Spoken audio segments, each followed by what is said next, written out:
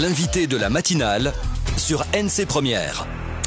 Invité donc ce matin, Cameron Diver, le directeur général adjoint de la CPS, la Communauté du Pacifique. Première partie avec les questions de Thierry Belmont. Bonjour Cameron Diver. Bonjour.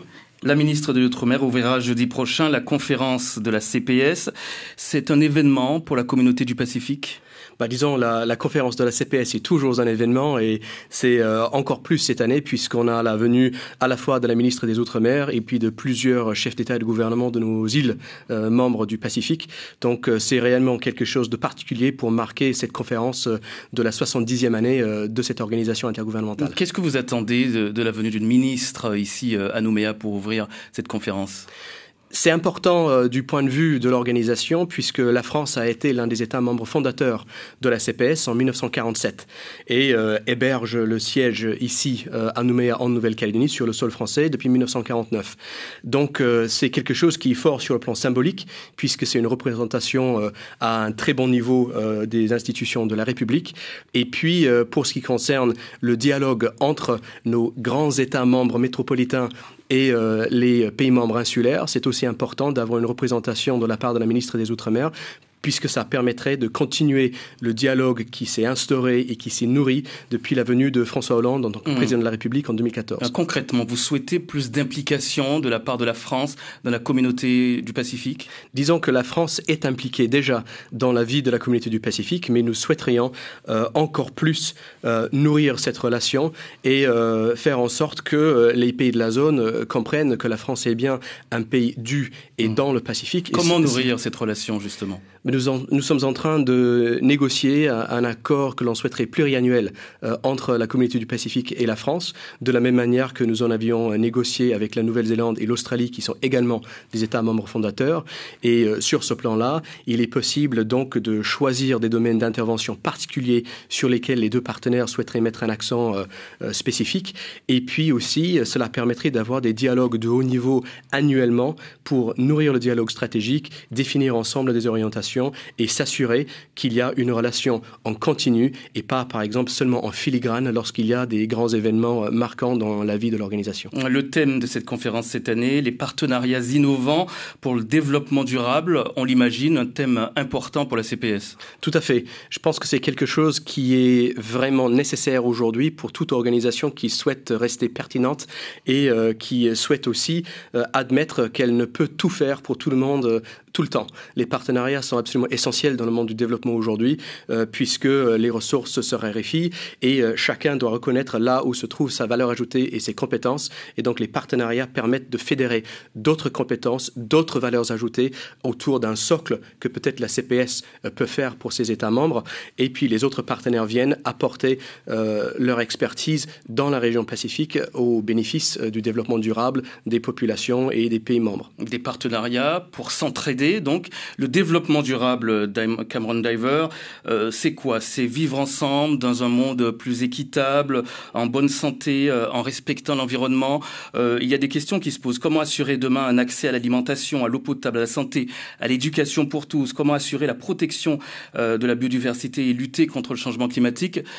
Toutes ces questions, ce n'est pas un doux rêve ?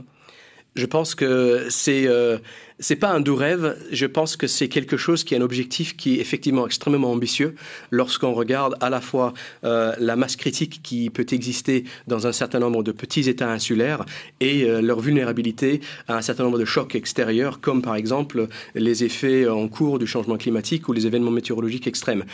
C'est bien pour cela qu'il faut des organisations comme la Communauté du Pacifique pour venir appuyer le développement de ces pays qui ne peuvent le faire tout seuls et c'est pour ça aussi qu'il faut, de notre point de vue, attirer encore plus l'attention de la communauté internationale sur les enjeux de développement de l'Océanie, puisque ces enjeux-là sont tout aussi importants que des enjeux qui peuvent exister dans des zones un peu plus peuplées comme l'Afrique, l'Amérique latine ou l'Asie, et du fait des spécificités géographiques de la taille de l'océan, de la petite taille des masses terrestres, le Pacifique est encore plus en proie aux vulnérabilités et a besoin réellement de croître sa résilience, et d'où la nécessité justement de ces partenariats, de cette visibilité internationale et d'une assistance dans la durée pour aider les populations effectivement à mieux vivre au quotidien. Et selon les estimations de l'ONU, 250 millions de personnes seront d'ici 2050 forcées de s'exiler à cause des bouleversements du climat. C'est un enjeu humanitaire, on l'a compris, et sont particulièrement exposés, et vous l'avez dit, les petits États insulaires. On pense aux archipels du Pacifique, à la Polynésie, aux îles Marshall, etc. Les changements environnementaux sont devenus l'un des principaux facteurs de migration, de déplacement des populations sur le terrain. Vous faites quoi, la CPS ?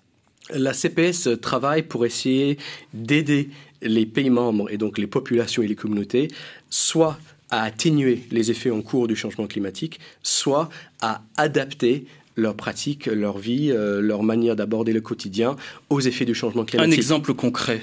Disons que ce que l'on peut faire, ce qu'on a fait par exemple ici récemment, lorsque on a fait un déplacement à Lillouin dans le cadre d'un projet que conduit la CPS qui s'appelle Intègre, qui est sur la gestion intégrée des zones côtières. Cela permet justement de mettre en place des pratiques qui permettent aux populations en fait de rester dans leur zone habituelle au lieu de devoir, s'expatrier en interne.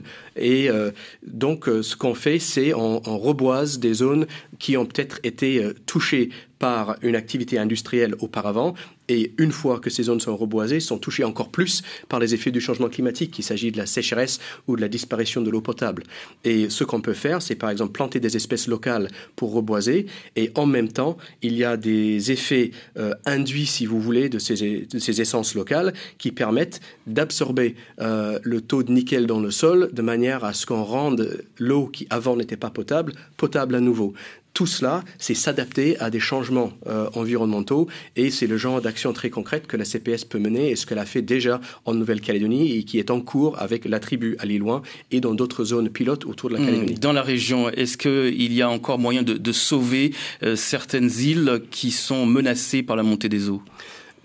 Je pense que les effets en cours du changement climatique sont relativement sérieux, d'où la nécessité pour le plus grand nombre de se mettre derrière la mise en œuvre de l'accord de Paris.